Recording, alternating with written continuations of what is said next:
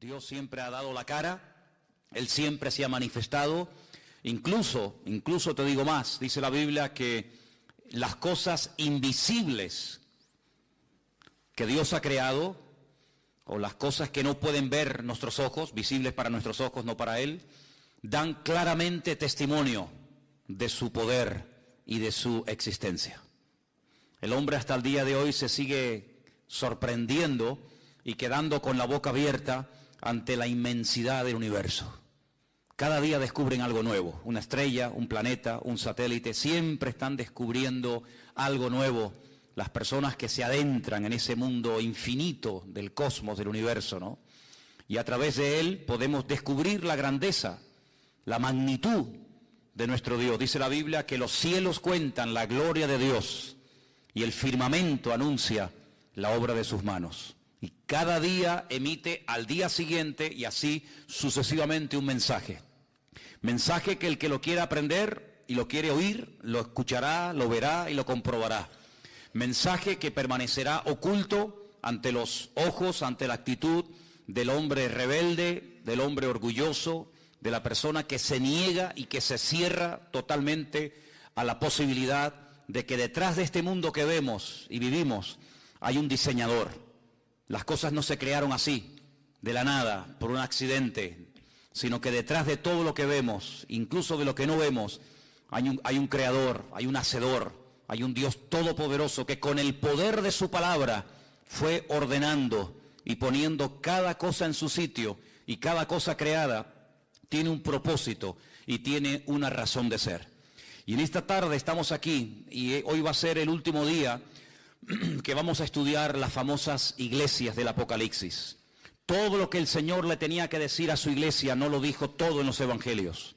Sabemos que Él estuvo viviendo en un pequeño país llamado Israel hace 2000 años. Recorrió ese pequeño país de punta a punta, de norte a sur y de este a oeste. Dijo muchas cosas, sin lugar a dudas. Hizo cosas extraordinarias que jamás nadie ha logrado, igualar o repetir. Pero sin embargo el Señor no dijo la última palabra a su pueblo en los evangelios, sino que en el libro del Apocalipsis encontramos lo último que el Señor quería decirle a su pueblo, es decir, a su iglesia. Hemos visto desde la iglesia de Éfeso, pasando por la iglesia de Pérgamo, de Tiatira, de Sardis, de Filadelfia, etcétera, cómo las iglesias de aquella época, del siglo I, pues no se encontraban todas en óptimas condiciones. Había congregaciones, como hemos visto en estos últimos días, estas últimas semanas, que estaban teniendo problemas con la doctrina, falsas doctrinas, algunas son mencionadas, otras no, se habían introducido dentro de la vida de las iglesias locales, y el Señor confronta a las iglesias y les dice: oye, esto no puede ser, ustedes tienen que creer la verdad os hará libres. No son las mentiras, no son las manipulaciones de la palabra, de la historia o de la ciencia las que tenemos que creer, sino es la verdad.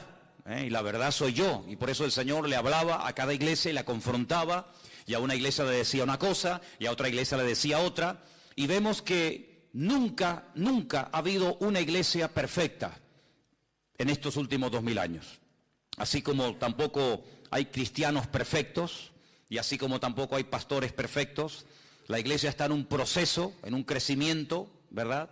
Y en el crecimiento a veces pues ocurren roces y discrepancias y choques, pero para todo, según la Biblia, hay remedio. Amén, hermanos. Para todo hay solución, incluso hasta para la misma muerte. Sé que por ahí hay gente que dice, todo tiene solución menos la muerte. Pues precisamente ese es el problema más fácil de solucionar, precisamente el tema de la muerte. Es más fácil solucionar el tema de la muerte que a veces enfrentarnos a los problemas de la vida. Y vemos en el libro del Apocalipsis que cada iglesia recibió el mensaje que tenía que recibir, ni más ni menos. Vimos algo muy interesante que tiene que ver con las obras. Es una palabra que aparece en 7 ocasiones diferentes. Yo conozco tus obras, yo conozco tus obras. Sí, lo que habéis hecho y por qué lo habéis hecho y lo que estáis haciendo, todas esas cosas, el Señor las conocía perfectamente. Y hemos llegado hoy al último mensaje. Sinceramente, si me preguntaran de todas las iglesias, ¿cuál crees tú que era la peor? La que se encontraba en peor situación. Pues sin lugar a dudas la que vamos a estudiar hoy. Algunos dirán, pero el Señor dice que la iglesia de Sardis tenía nombre de que vivía, pero estaba muerta. Sí, es verdad. Pero también dice el mensaje del Señor a la iglesia de Sardis que había unas pocas personas, un pequeño remanente, no sabemos de cuántas, pero había un pequeño grupito de hermanos en la ciudad y en la iglesia de Sardis, dice que no se habían dejado arrastrar ni contaminar por la corriente, por el espíritu que reinaba en la ciudad. Por lo tanto, aunque la iglesia estaba mal, realmente, había un pequeño grupo que todavía estaba ahí brillando. Sin embargo, la única iglesia de las 7 que no recibe ningún elogio, ninguna felicitación, ningún reconocimiento positivo, nada que mencionar, que sea digno de mencionar, es precisamente la iglesia de Laodicea. Y quiero llevarte a este último mensaje que se encuentra en Apocalipsis capítulo 3. Apocalipsis capítulo 3, desde el versículo 14 en adelante, vamos a leer el mensaje. Y dice la palabra del Señor así: escríbele al ángel de la iglesia en Laodicea. He aquí el amén, el testigo fiel y verdadero, el principio de la creación de Dios. Dice esto: yo conozco tus obras, que ni eres frío ni caliente. Ojalá fuese frío o caliente, pero por cuanto eres tibio y no frío ni caliente, te vomitaré de mi boca. Porque tú dices, yo soy rico y me he enriquecido, y de ninguna cosa tengo necesidad, y no sabes que tú eres un desventurado, miserable, pobre, ciego y desnudo. Por tanto, yo te aconsejo que de mí compres oro refinado en fuego, para que seas rico, y vestiduras blancas para vestirte, y que no se descubra la vergüenza de tu desnudez, y unge tus ojos con colirio, para que veas. Yo reprendo y castigo a todos los que amo. Sé pues celoso y arrepiéntete. He aquí yo estoy a la puerta y llamo. Si alguno oye mi voz y abre la puerta, entraré a él, cenaré con él y él conmigo. Al que venciere le daré que se siente conmigo en mi trono, así como yo he vencido y me he sentado con mi Padre en su trono. Y el que tiene oído para oír, que oiga lo que el Espíritu dice a las iglesias. ¿Cuántos dicen amén? Gloria a Dios. La ciudad de Laodicea fue fundada por un tal Antíoco II, siglos antes de Cristo. Y la ciudad se llama Laodicea porque la esposa de este general griego se llamaba así. Y en honor a su esposa llamó a la ciudad por su nombre. En principio, la ciudad de Laodicea era una base militar que protegía la frontera norte del reino de Antíoco. La semana pasada estudiamos la iglesia de Filadelfia. Bueno, pues a 80 kilómetros de Filadelfia se encontraba esta iglesia. Llegó a ser una ciudad tremendamente rica y era muy conocida a nivel mundial por varias cosas. Primero, porque había una escuela de medicina famosa, porque habían descubierto unas gotas, que la Biblia las traduce como colirio, para la vista, y también porque habían descubierto varios, medicamentos o varios remedios para problemas del oído. Además, la ciudad era muy conocida porque habían hecho unos cruces, unas mezclas con las ovejas, y habían producido una especie de oveja de lana negra, que era muy cara y muy codiciada en aquellos tiempos. Era una lana, muy suave, muy bonita, y era conocida en el mundo entero por eso. Aparte de eso, era un lugar que era una especie de fábrica de ropa. Desde la Odisea se repartía ropa para todas partes del imperio romano. Curiosamente podemos saber, según los textos del Nuevo Testamento, quién fue el fundador y pastor durante algún tiempo de la iglesia de la Odisea. Fue un tal Epafras. Ustedes pueden leer en las cartas de Pablo a varios personajes, varios compañeros, Timoteo, Tito, Tiquico, Priscila, Aquila, etcétera, y uno de ellos es Epafras, y se cree que Epafras fue el fundador y el pastor de la iglesia durante algún tiempo. Curiosamente hay un versículo en Colosenses 4:16, que no lo vamos a leer ahora, pero dice más o menos así.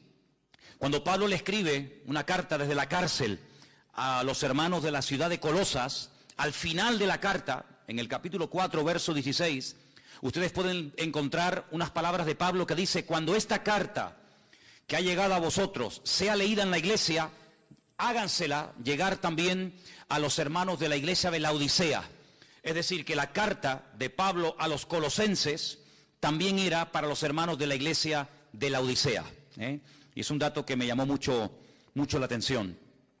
Ahora, me llama la atención que no hay nada bueno que decir de la iglesia. Generalmente cuando uno va a una iglesia, te puede gustar más, te puede gustar menos. Si te dedicaras, no sé, los domingos por la tarde o por las mañanas a recorrer diferentes iglesias de aquí de la isla o de otras partes, pues verías que en un lugar te va a gustar esto, tal vez no te va a gustar esto otro, y que unas tienen un estilo y otras tienen otro estilo, y unas se enfatizan, digamos, una línea y otros enfatizan otra, y puedes más o menos hacerte una idea de las cosas diferentes que diferencian unas iglesias de otras.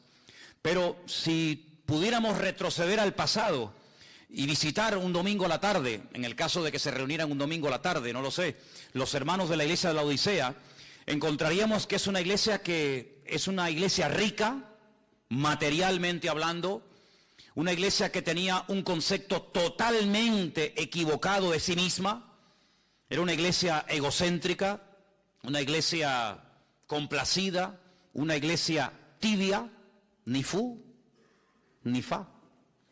Una iglesia que le producía náuseas al Señor. El cuerpo humano está diseñado de tal manera que cuando algo le sienta mal o cuando come algo en mal estado, el cuerpo reacciona defendiéndose, pues vomitando y echando fuera lo que le ha sentado mal. Y de esa manera el cuerpo puede volver a recuperar la normalidad. Y es una expresión fuerte, es una expresión que solamente aparece en esta carta del Señor a la iglesia de la Odisea.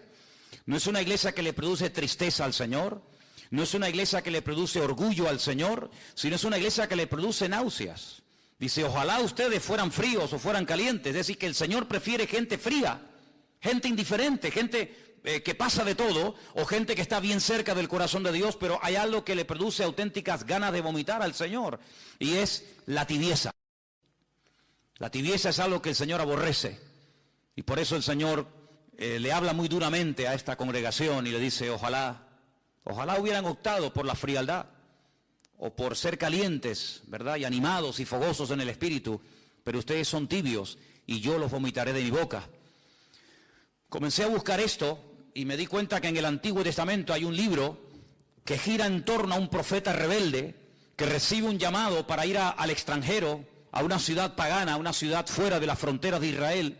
Y dice la Biblia que este hombre se niega rotundamente a ir allí. Él no quiere salir de su país. Él está muy cómodo como profeta en Israel. Y él bajo ningún concepto quiere ir a Siria a predicarle a aquellos bárbaros, a aquella gente que empalaba a los enemigos y hacían auténticas barbaridades. Y Jonás dice la Biblia que huyendo o queriendo huir de la presencia del Señor, como si pudiéramos escondernos de Dios en alguna parte. Es una especie como lo que le pasó a Adán, que era creyente pero creía que se podía ocultar de Dios. Bueno, pues a Jonás le pasó más o menos lo mismo. Dice que descendió a Jope, la ciudad de Jope se llama en la actualidad Yafo, y dice que allí se monta en un barco y dice que va en dirección a Tarsis. Sí, Tarsis es, como todos sabemos, el sur de España. De hecho hay un pueblo que se llama Tarsis en Huelva, en Andalucía. Y dice que en el camino se levanta una tormenta terrible y los marineros invocan a sus dioses y echan suertes para ver por qué se ha producido, por qué se ha levantado así de repente una tormenta de tal envergadura. Y dice que la suerte cayó sobre Jonás y le preguntan, ¿tú quién eres? ¿Qué haces aquí? ¿Cuál es tu Dios? Cuéntanos un poco de tu vida. Y la Biblia dice que Jonás abre su corazón y les dice, yo soy un profeta del Dios vivo, del Dios verdadero. Yo soy profeta de Dios, soy la voz de Dios en Israel y Él me ha mandado a Nínive. Pero no quiero ir a Nínive, me resisto, no, me rebelo completamente, no quiero que esa gente tenga oportunidad de arrepentimiento. Y bueno, ¿y cómo podemos solucionar este problema? La Biblia dice que Él les propone a ellos, increíble, una cosa increíble, écheme por la borda y ya veréis cómo todo se calma. Efectivamente, así fue. La Biblia dice que lo tiraron por la borda y al instante la tempestad se calmó. Pero el Señor tenía un gran pez, no una ballena como por ahí se dice, sino un gran pez, dice la Escritura. Algunos hablan del famoso Leviatán, el pez es el gigante que aparece en el libro de Job. Dice que lo tragó y lo tuvo durante 3 días y 3 noches metido en el vientre. Y ahí estaba, y seguramente, si no hubiera cambiado de actitud y si no hubiera clamado al Señor, allí hubiera muerto. Y nadie se iba a enterar de qué murió y dónde murió y cuándo murió el profeta Jonás, más que aquellos marineros que lo tiraron por la borda. Pero es allí dentro de aquel enorme pez que él vuelve en sí, como si fuera el hijo pródigo, ¿verdad? De Lucas capítulo 15. Y dice que él se arrepiente y le pide perdón al Señor. Y le pide al Señor una segunda oportunidad. Y le dice, si me sacas de aquí, yo iré a predicar tu palabra. Y esa actitud de arrepentimiento, esa actitud de querer hacer las cosas bien, decentemente y con orden, conforme al diseño y al propósito de Dios para su vida, fue lo que hizo que el pez ya no pudiera retenerlo en sus entrañas. Es decir, mientras estaba en rebeldía, mientras estaba en desobediencia, allí estaba y no iba a salir jamás. Pero en el momento en el que hay el más mínimo cambio, en el momento en el que Jonás dice, yo quiero hacer la voluntad de Dios, aunque no la quieras en el fondo hacer, pero voy a hacerla, voy a cumplirla, voy a obedecerte, en ese momento el pez ya no lo pudo resistir y dice que lo vomitó y lo echó en tierra. Ya no era el lugar idóneo para el profeta Jonás. Mientras estaba en rebeldía, sí, pero una vez que él quiere hacer las cosas bien, el pez ya no puede resistir aquella actitud.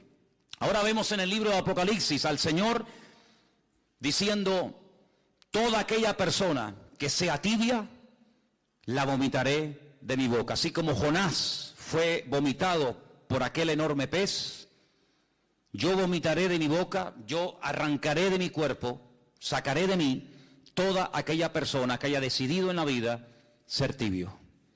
Yo le preguntaba al Señor en este día y durante esta semana, mientras preparaba este mensaje para compartir con ustedes hoy, Señor, si a lo largo de la historia, tanto en la Biblia como en otros momentos, vemos que ha habido iglesias que han sido atacadas despiadadamente por falsas doctrinas y enseñanzas, como hemos visto en alguna ocasión, y si hubo iglesias que fueron atacadas por la persecución o por falsas profecías o falsos apóstoles o pastores o maestros o evangelistas, Señor, ¿será posible que a lo largo de la historia los problemas que caracterizaron a las iglesias del Apocalipsis, puede ser que se vean esos problemas hoy en día?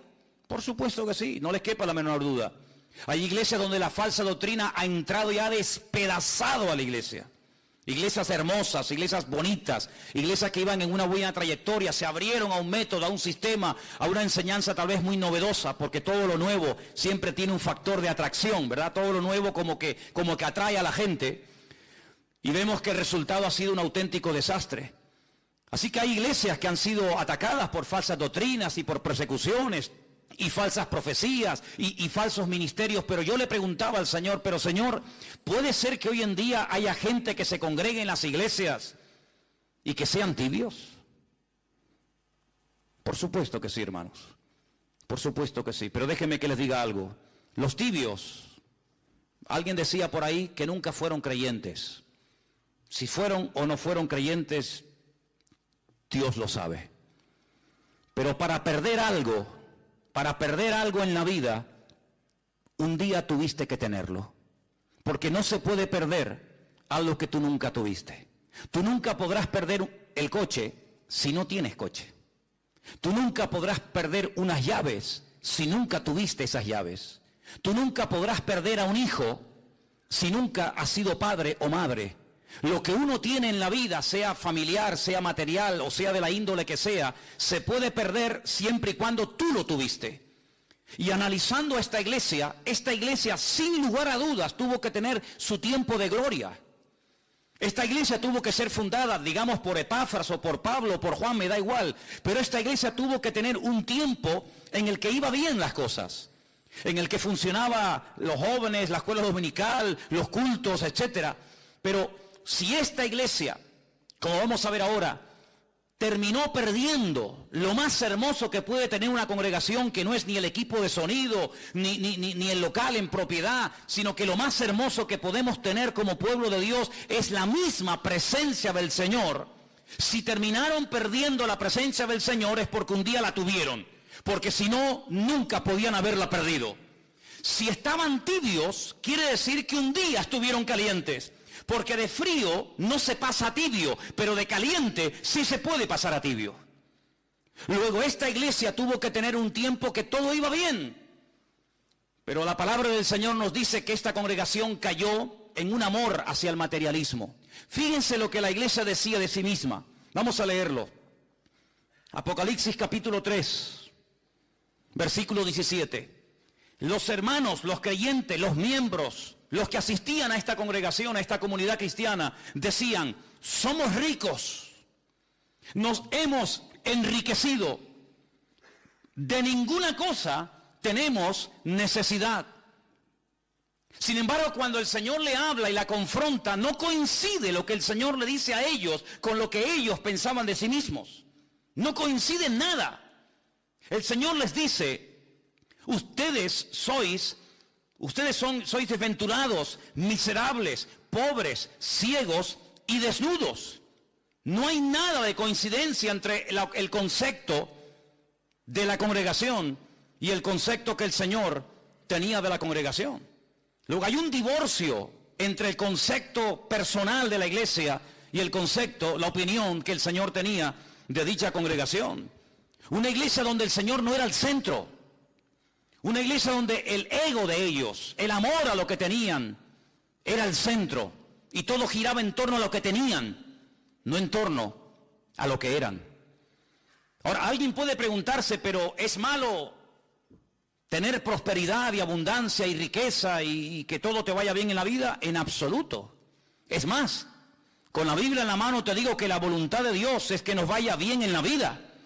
La Biblia nos enseña ya desde los tiempos de Josué, en el capítulo 1 de su libro, que nunca se aparten de tu boca este libro de la ley, sino que medites en él de noche y de día, para que todo lo que hagas te salga bien, dice la Biblia. Luego, la voluntad de Dios es que no vayas de mal en peor, ni de trancas a barrancas, sino que la voluntad de Dios es que vayas bien por la vida, bendecido, prosperado, contento, gozoso. Esa es la voluntad de Dios.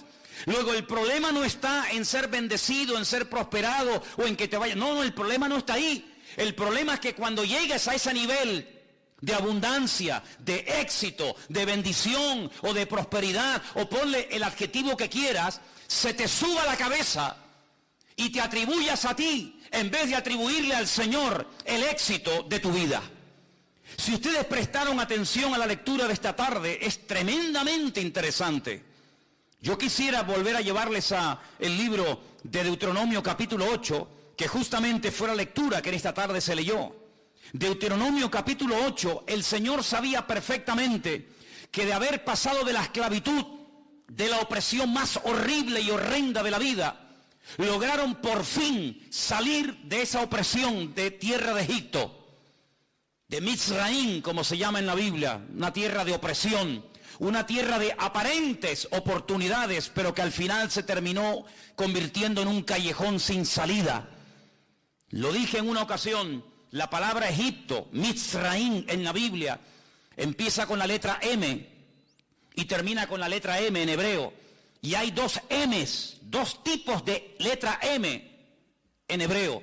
Una que es abierta, que se escribe al principio o a la mitad de una palabra, y otra letra M, que tiene el mismo nombre, pero que se escribe al final y es totalmente cuadrada, no se puede entrar a ella, es totalmente cerrada.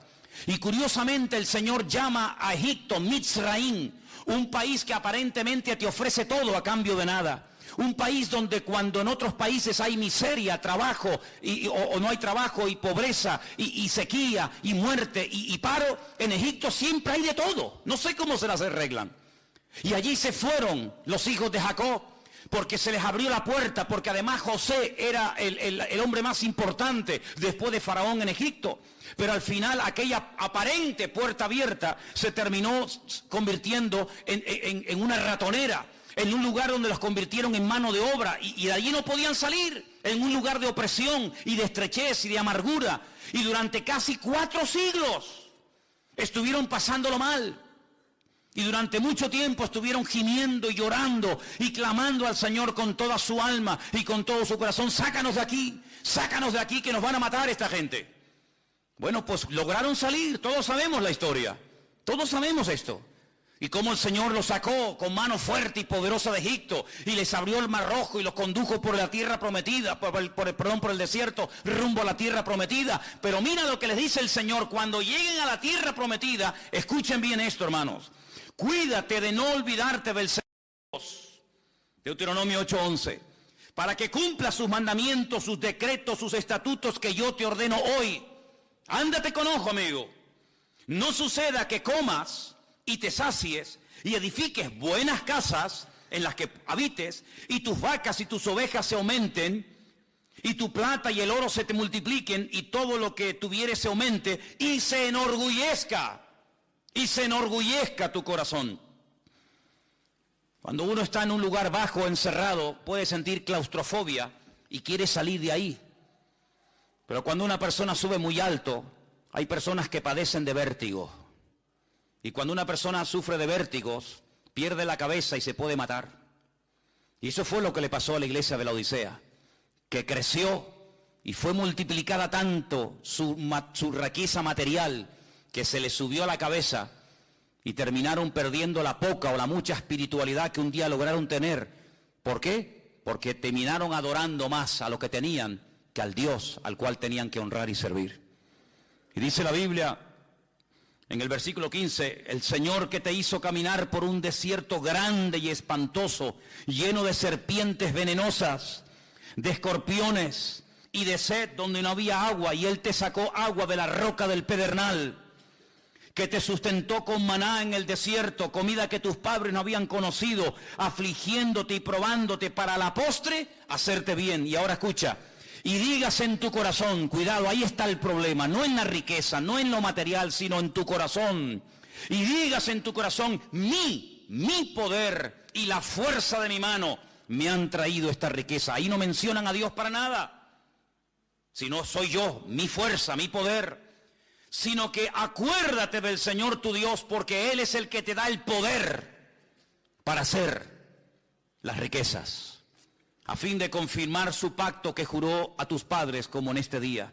Mas si llegares a olvidarte del Señor tu Dios, y anduvieres en pos de dioses ajenos, y les sirvieres a ellos y te inclinares, yo lo afirmo hoy contra vosotros, que de cierto pereceréis.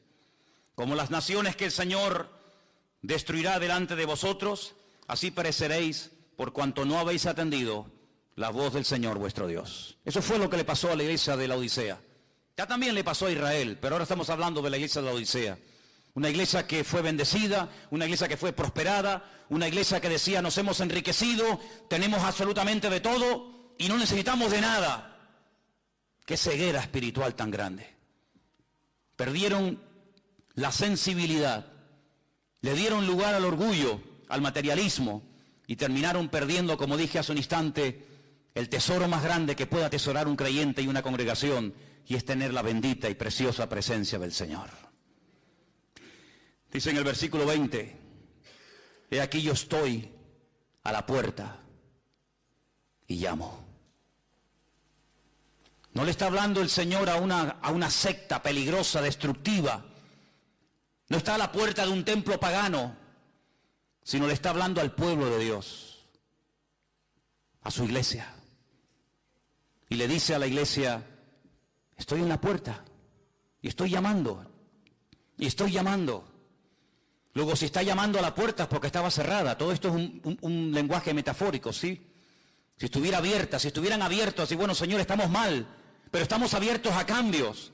Estamos tibios, estamos mal, no estamos como tenemos que estar, pero estamos abiertos a que tú, cuando quieras y donde quieras, nos sorprendas y te muevas y nos sacude y nos reprenda. Estamos abiertos, pero ni siquiera estaban abiertos a la posibilidad de cambiar, sino que tengo que tocar porque ya os habéis cerrado en banda.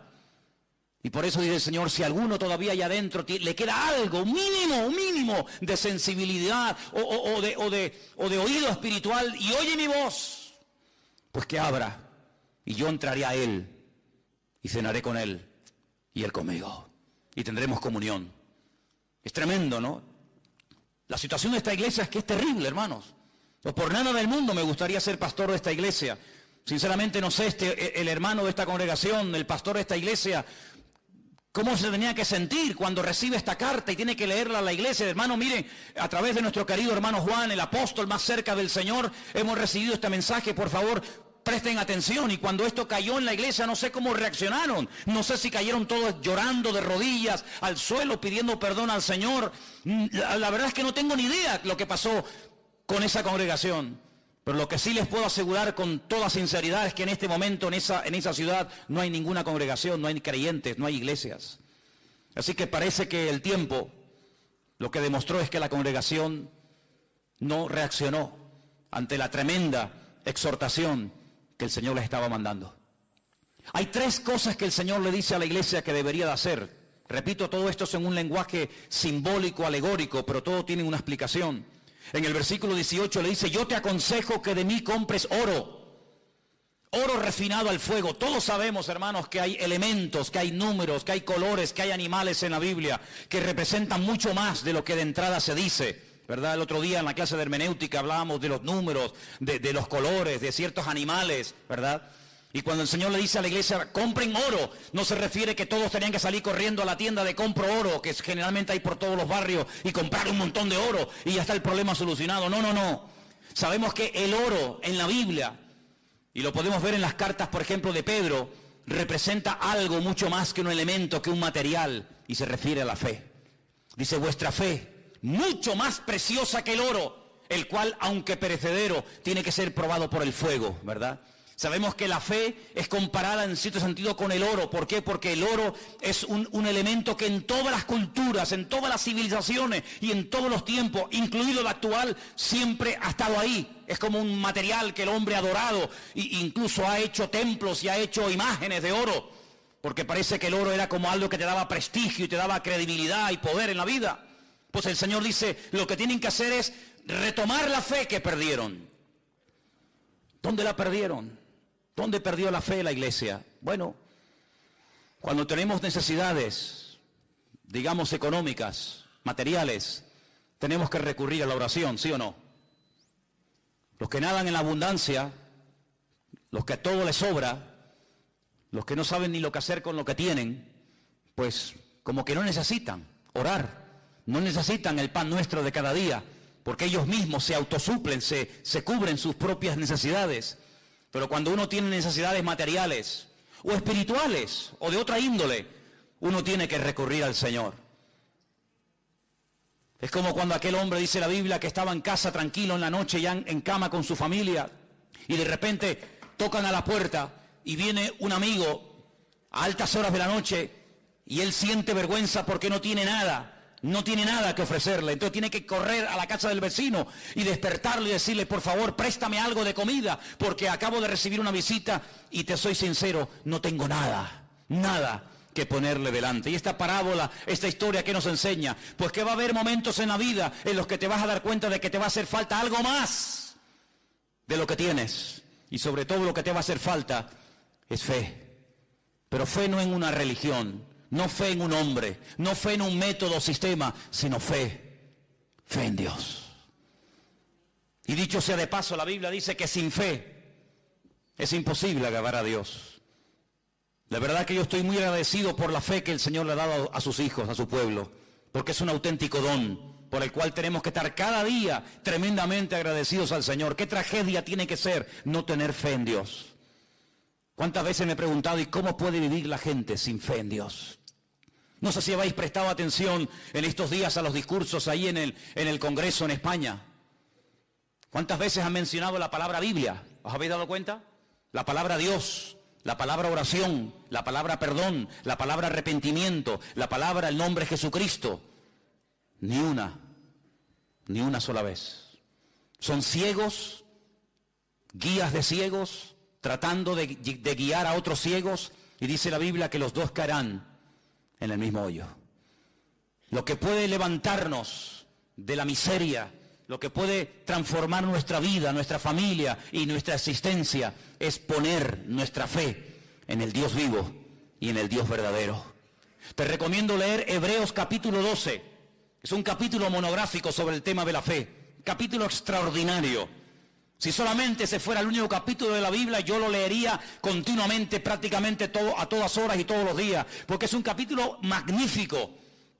No se habla, lógicamente, de todos los personajes de la Biblia, pero de los que se menciona pone un pequeño párrafo, una pequeña pincelada, un pequeño ejemplo. En pocas palabras, lo que hicieron, lo que dijeron, lo que consiguieron, todo por medio de la fe viva y auténtica en el Dios vivo y verdadero. Aleluya. Así que eso es lo que le dice el Señor. Déjense de tanto presumir de lo que tienen. Déjense de tenemos, porque lo que tienen que tener no lo tienen. Y lo que tienen que comprar, lo que tienen que obtener urgentemente es fe viva en el Señor. En el mismo versículo 18 le dice el Señor, y además también le aconseja el Señor vestiduras blancas. Las vestiduras blancas en la Biblia eran símbolo o eran señal de santidad, de justicia. Ellos vivían según su propia justicia, según sus propios criterios. Nosotros estamos bien, no nos pasa nada, no nos falta de nada. A nosotros el Señor no nos tiene que mandar ninguna cartita, ni nos tiene que predicar, ni nos tiene que venir nadie a visitar, a decirnos nada. Nosotros estamos perfectamente bien. El Señor le dice, ustedes están ciegos. Ustedes no se enteran, habéis perdido la sensibilidad y ustedes están confiando en sus propias justicias. Y yo lo que les aconsejo es que se compren ropas blancas, otra vez lenguaje simbólico. Es decir, no se apoyen en sus propios méritos, no se apoyen en sus justicias, porque dicho sea de paso, hay un versículo en la Biblia que dice que todas nuestras justicias son como trapos de inmundicia ante la presencia del Señor. Por lo tanto, lo que tienen que hacer es ponerse mi justicia y no la vuestra. Porque ustedes se comparan con otras personas, tal vez con menos poder adquisitivo que ustedes, y ustedes, claro, siempre se ven por encima, pero yo les digo a todos los que estáis esta tarde aquí, no te compares con uno que tiene menos que tú, porque si tú te comparas con uno que tiene menos que tú, te vas a sentir superior. El orgullo te puede atrapar y te puede hacer daño. No te compares nunca con un inferior, compárate y ponte al nivel de otro superior a ti para que te des cuenta cuánta paciencia, cuánta fe, cuánto amor, cuánto conocimiento te hace falta en la vida. Decía aquel fariseo hipócrita que subió al templo a orar, que oraba consigo mismo. Sí, oraba, pero ¿a quién? Con él, oraba con él. Yo no soy como este, yo no soy como aquel, yo no soy como tal, yo doy diezmo, yo hago esto, yo no soy como este desgraciado, yo no soy como aquel pobre tal, yo no soy... No, pero no te compares con los que son inferiores desde tu punto de vista. Ponte a la altura del Señor y vas a ver que eres un pobre desgraciado, miserable, pobre, ciego y desnudo. Y eso es lo que le dice el Señor. Las justicias, no las vuestras, no en tu currículum, en tu experiencia, sino la justicia de Cristo, los méritos de Él y no los méritos tuyos. Y después le dice el Señor, como era una ciudad que producía gotas para los ojos, que producía colirio, digamos que en cierto sentido estos fueron los que inventaron las gotitas en los ojos, pues el Señor le habla en términos que ellos conocían y les dice, ya que en esa ciudad hay tanto colirio y habéis descubierto esas gotas que hacen tanto bien a la gente, compren colirio y échenselo en los ojos para que puedan ver la cruda realidad de que ustedes hace mucho tiempo han perdido mi presencia y no os habéis dado cuenta. Es interesante notar porque también en esa ciudad, a las afueras, había unas fuentes de agua. Fíjense cómo en las iglesias del Apocalipsis el Señor utiliza la geografía, el Señor utiliza las costumbres, el Señor utiliza la cultura de la época para a través de ellas darle un mensaje. Concretamente en esta ciudad acabo de decir que había una escuela de medicina donde se aplicaba estas gotas estas gotas de colirio en los ojos de la gente. Pero también a las afueras de la ciudad de la Odisea había unos manantiales de agua, pero aguas que no se podían beber. Aguas que no eran potables, pero aguas que tampoco eran aguas termales.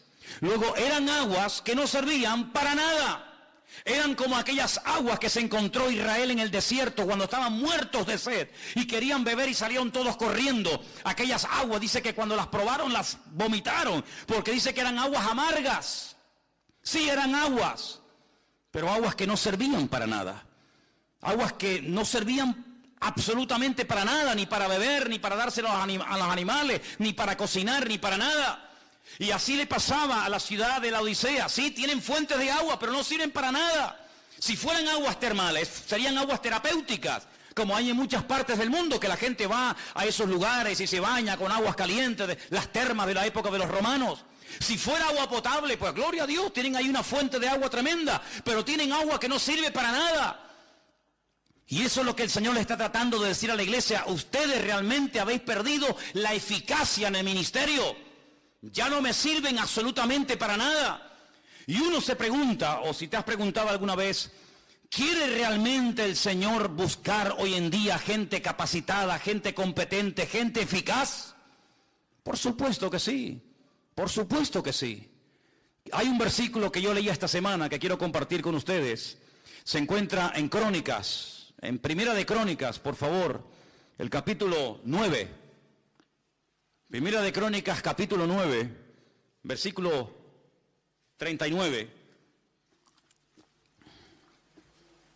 Perdón, versículo 13. 9:13. Ustedes pueden encontrar a partir del capítulo 9, versículo 1, una lista enorme de nombres de personas que salieron del cautiverio en Babilonia. Nombres y familias, hijos y personas, para llevar una especie de relación, una especie de control de personas que salieron de un lado y llegaron a otro.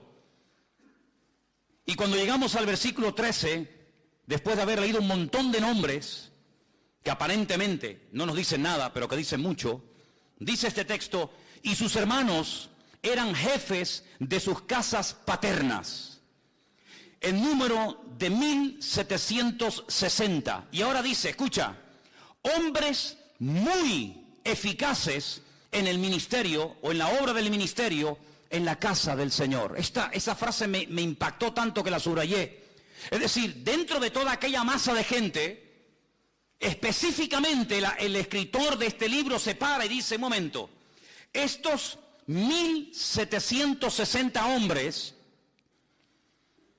no eran hombres normal y corriente, sino eran hombres, como dice aquí en esta versión, muy eficaces en la obra del ministerio en la casa del Señor.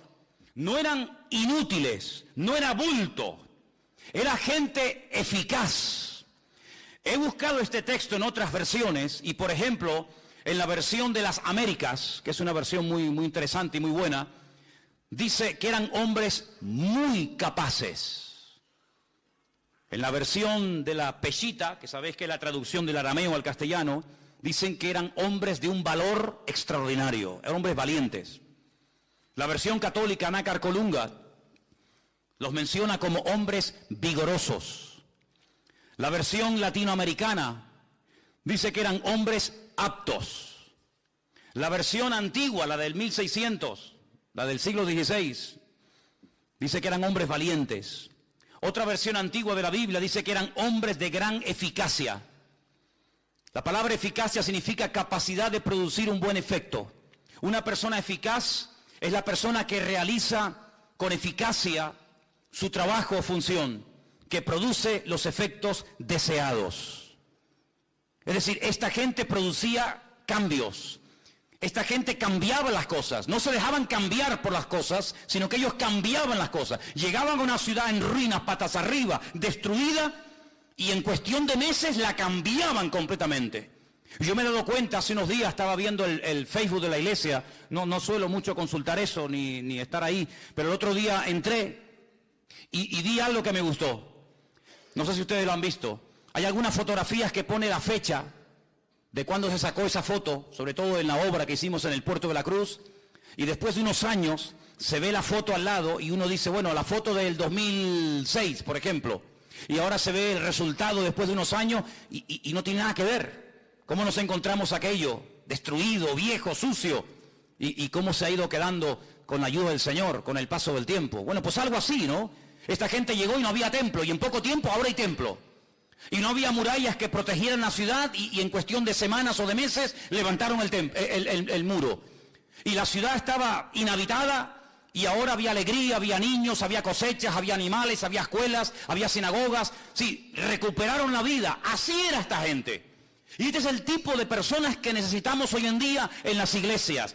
Gente eficaz, gente apta, gente que produzca cambios, gente que con el paso del tiempo vayan a mejor y no a peor. Gente que si un día estuvo bien no terminen enfriándose y al final apagándose, sino gente que si estuvo bien ahora van a estar mejor todavía. Y como dice la palabra, el que lleva fruto, pues gloria a Dios. No, gloria a Dios sí, me parece muy bien, pero lo voy a limpiar, lo voy a podar para que lleve más fruto todavía. Y tenemos que pedirle cada día al Señor, cada día quiero ser mejor cristiano. Cada día quiero ser mejor cristiana, cada día quiero predicar mejor, cada día quiero conocer mejor al Señor, cada día quiero orar más, mejor, cada día quiero hacer las cosas bien, con ganas, y no apagándome, porque una persona que está tibia no sirve absolutamente para nada, porque si a él no le sirve, imagínate a qué puede servir. Y es interesante notar cómo esta iglesia entró en una decadencia, pero todavía había oportunidad para cambiar. El Señor le llama al arrepentimiento. ¿Cuántas veces en estas últimas semanas hemos escuchado la palabra arrepiéntanse, arrepiéntanse, vuelvan a las primeras obras? ¿Cuántas veces, hermanos? Prácticamente a todas las iglesias el Señor las llama al arrepentimiento, a cambiar. Venga, vamos a dejarnos de tontería, vamos a dejar atrás el pasado, vamos a pasar la página, vamos a tirar del carro, vamos a mirar adelante. Como decía el apóstol Pablo, sí, yo en el pasado fui un tremendo erudito en la Torá y fui un rabino de la tribu de Benjamín y fariseo de fariseos, pero todo eso ya lo he dejado al pasado. No voy a vivir de las glorias del pasado, sino vamos adelante a la perfección, a ver si logramos alcanzar aquello para lo cual un día el Señor nos alcanzó a nosotros. ¿Cuántos dicen amén? ¿Estamos cumpliendo con nuestro objetivo? ¿O estamos pasando por la vida de la iglesia y estamos pasando por la vida sin pena ni gloria? Estamos dejando marca, huella y estela como los barcos que cuando pasan por un lugar durante un tiempo se ve por aquí pasó un barco porque las hélices dejaron una estela, o cuando un avión pasa por el firmamento vemos que por ahí pasó un avión, aunque ya no está, pero se sabe que pasó por ahí. Estamos dejando huella detrás de nosotros, estamos marcando una diferencia o nos estamos dejando absorber por el medio ambiente en el que vivimos. Yo espero que a ninguno de nosotros nos pase lo que tristemente le pasó a esta iglesia de la Odisea, que era una iglesia inservible, muy rica, no era como la iglesia de la semana pasada, aunque tienes poca fuerza, esta no tenía poca fuerza, esta seguramente era mucha gente, una iglesia rica, una iglesia próspera, pero que hablando claramente no servía absolutamente para nada. En esta semana yo leía un poema de un pastor cubano, pastor Rodolfo Loyola, que ya está en la presencia del Señor, que hace años lo conocí, tuve el privilegio de conocer a este gran hombre de Dios, y él escribió una poesía que se llama Casi, la llamó Casi. Y yo quería leerte parte de esa poesía en esta noche, porque es tan interesante lo que este hombre dice así. La llamaban Casi, cuando Casi andaba, y al cumplir los 7, Casi fue al colegio, pero Casi la maestra no enseñaba. Pues siendo Casi una adolescente, casi niña, casi dama, encontró a un joven a quien Casi amaba. Pero un día el muchacho, casi sin mirarla, dejó a Casi destrozada. Y se fue a un convento, la buena de Casi, y queriendo ser santa, Casi fue monja. Pero un día, enterada de que ese chico moría, volvió a su casa y cuidó del chico como de casada. Y el chico murió casi sin besarla, y Casi fue viuda, al menos en su alma. Hoy Casi, cansada de su vida extraña, casi ni se peina, y desenfadada, cuenta de algún modo que fue casi todo sin ser casi nada. La verdad es que Casimira, como la llamaban, o Casi, representa un crecido número de personas que llevan una vida sin propósito. No se sienten realizadas porque no han hecho nada para tener ese estado de ánimo, se enamoran del amor y por lo tanto de cualquiera que con fingida sinceridad le manifiesta lo que quieren oír. Y cuando el objeto de su amor no les corresponde, ni siquiera por unos instantes engañosos, toman decisiones equivocadas con el corazón quebrantado. No tienen buenas relaciones con nadie, pero sin embargo dependen de los demás para poder ser felices. Y lo más triste es que se olvidan, como casi, que hay una persona que les ama y les entiende, y ese es nuestro Señor Jesucristo. Dice la Biblia que un día Pablo estaba en un lugar siendo interrogado y le dice al que le estaba juzgando y al que le estaba haciendo todo tipo de preguntas y presionándolo: yo sé que tú crees en los profetas. Y este le responde: por poco, casi, me haces cristiano. Y el apóstol Pablo le dice: ojalá fueses tú cristiano, ojalá verdaderamente entregaras tu vida a Cristo. A mí no me gustaría que en esta iglesia hubiera jóvenes de casi llegó a ser un buen joven, casi llegó a servir al Señor, pero casi se quedó por el camino. No me gustaría que hubiera ninguna hermana o ninguna hermana que dijera: casi llegó a la meta, casi llegó a cumplir los objetivos para los cuales el Señor le restauró su vida y le transformó su existencia, pero se quedó por el camino y pudiendo llegar a todo, al final no llegó a casi nada. A mí no me gustaría que termináramos nuestra existencia y nuestra vida como esta pobre iglesia de la Odisea. Una iglesia rica, una iglesia que tenía prácticamente de todo para llegar a unos niveles espirituales extraordinarios. Y dicho sea de paso, si observamos lo que ha sido la iglesia, la trayectoria del pueblo de Dios desde aquí hacia atrás, desde su comienzo hasta el día de hoy, jamás, créanme, en todos estos 2000 años de historia, nunca la iglesia en su conjunto general, nunca ha sido tan rica y con tanta capacidad material para poder cumplir con la gran comisión como nosotros hoy en día. Hay iglesias, hermanos, que tienen absolutamente de todo y a nivel de cuerpo de Cristo, a nivel general, cuando la iglesia pensaba en tener canales de televisión, barcos, aviones, hospitales y cantidad de ministerios que pueden alcanzar a miles y si no a millones de seres humanos. Lo tenemos todo. Tenemos sistemas de comunicación, tenemos más gente que nunca, tenemos más jóvenes en las iglesias que nunca, tenemos recursos materiales, espirituales y humanos más que nunca. Pero yo no quiero que todo eso se convierta en un juguete para pasarlo bien un domingo a la tarde, o un sábado a la tarde, o un jueves a la tarde, sino que nos demos cuenta de que el Señor nos ha dado mucho, pero también dice la palabra, y tienes que tenerlo en cuenta, que al que mucho se le da, mucho también se le demandará.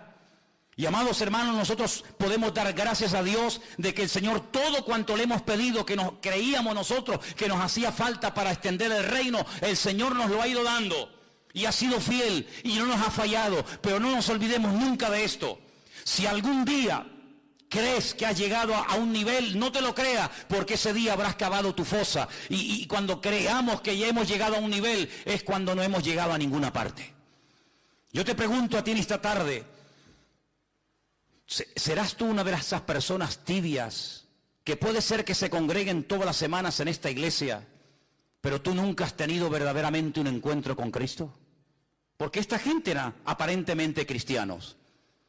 Tú pasabas por la sinagoga y decías: estos son los judíos, y pasabas por la fachada del local o de la iglesia o de la casa de la Odisea y decían: no, estos son los mesiánicos, estos son los que siguen a Jesús. Había una diferencia en la ciudad.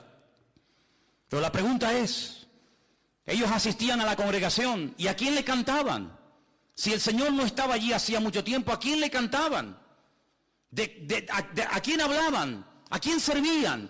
Si el Señor dice que no estaba en aquel lugar. Lo mismo ya pasó en la antigüedad, no es algo nuevo lo que estoy hablando. En el Antiguo Testamento los sacerdotes iban al templo de Jerusalén a adorar a un Dios que ya se había mandado a mudar hacía mucho tiempo y que había quitado su gloria del templo. Luego, si Dios no moraba allí, si el Señor no estaba allí con su presencia y con su bendición, aquellos sacrificios, ¿a quién se los ofrecían? A Dios no, porque Dios ya no estaba en aquel lugar. Si esta gente comenzaba un culto el domingo a la tarde o el sábado, me da igual, el día que se reunieran, y el Señor no estaba allí, entonces ¿a quién le estaban cantando? ¿Cómo es posible que perdieran la presencia del Señor y no se dieron cuenta? Bueno, lo mismo le pasó a Sansón. Lo mismo le pasó al rey Saúl, que dice que el Espíritu del Señor se fue de ellos y ellos no se habían percatado, ellos no se habían dado cuenta. ¿Tú vas a mejor como creyente? ¿O estás estancado? ¿O has ido a menos? Esto es algo muy personal. Este es un momento en el que todos y cada uno de nosotros tenemos que pararnos delante del Señor y decir, bueno, con todas estas 7 iglesias que se han estado hablando en estas últimas semanas, ¿con cuál yo como creyente me siento identificado? Dicen que la iglesia de los últimos tiempos se va a parecer mucho a la iglesia de la Odisea. Hoy en día hay iglesias tremendamente ricas, iglesias con una prosperidad material alucinante. Pero como dijo Priscila el jueves a la tarde, cuando ella compartía aquella famosa frase, ¿no? De aquel famoso predicador de Spurgeon. Llegará el día, si es que no ha llegado ya, cuando en las iglesias, en vez de los pastores pastorear ovejas, habrá muchos payasos entreteniendo a las cabras. Y eso lo dijo en el siglo XVIII. Y estamos ya en el siglo XXI. Pero uno observa muchas veces por internet y uno ve a veces por ahí, yo no mucho porque no pierdo el tiempo en esas historias, pero hay gente que le gusta siempre estar por aquí y por allá viendo esto y viendo aquello. Pero hay iglesias que son auténticos circos, donde hay una serie de señores entreteniendo a la peña, entreteniendo al personal.